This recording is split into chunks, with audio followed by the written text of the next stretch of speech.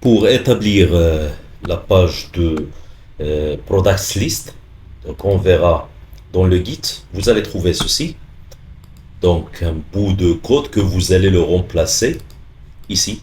Remplacez-le par ça. Donc c'est quoi? C'est juste une page où ça va s'afficher. Ça va m'afficher Products List. Et là, j'aurai besoin de quoi?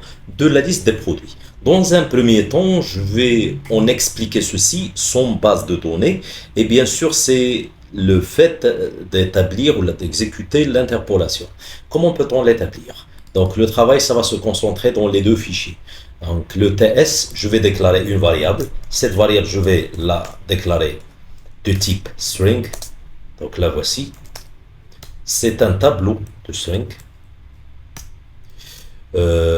Puis après, lors de démarrage, il doit le remplir. Donc c'est ainsi je vais lancer le constructeur. Dans le constructeur, je vais remplir mon product, ma variable. Cette variable-là, dans un premier temps, on va imaginer un seul attribut. Donc je vais dire comme exemple, j'aurai par exemple cheese, j'aurai par exemple le bread, sardine, et quoi d'autre, orange. C'est fait. Donc maintenant, le fait, j'ai une variable, je veux faire passer cette donnée-là à l'autre page, la vue. Comment peut-on l'établir? Je vais vous montrer deux façons différentes.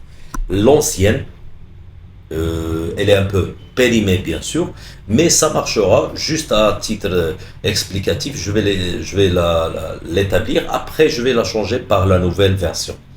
Donc, comment on travaille? La table, à l'intérieur, on sait bien qu'il y en a dedans le head et on a aussi le quoi? Le body.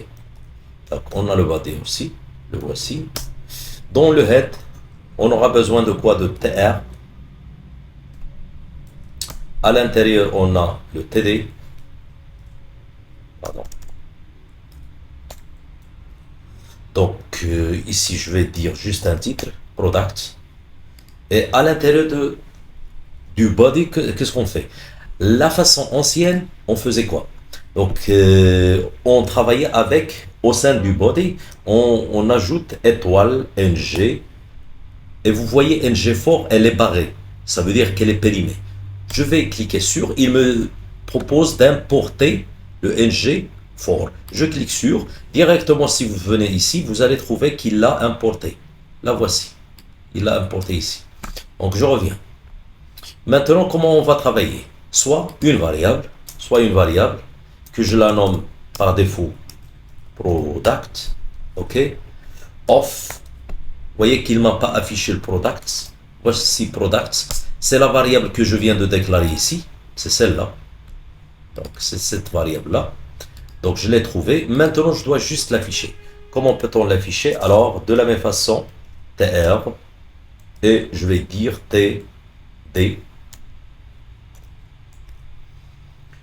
Là, je vais utiliser le quoi? L'interpolation via des double accolades.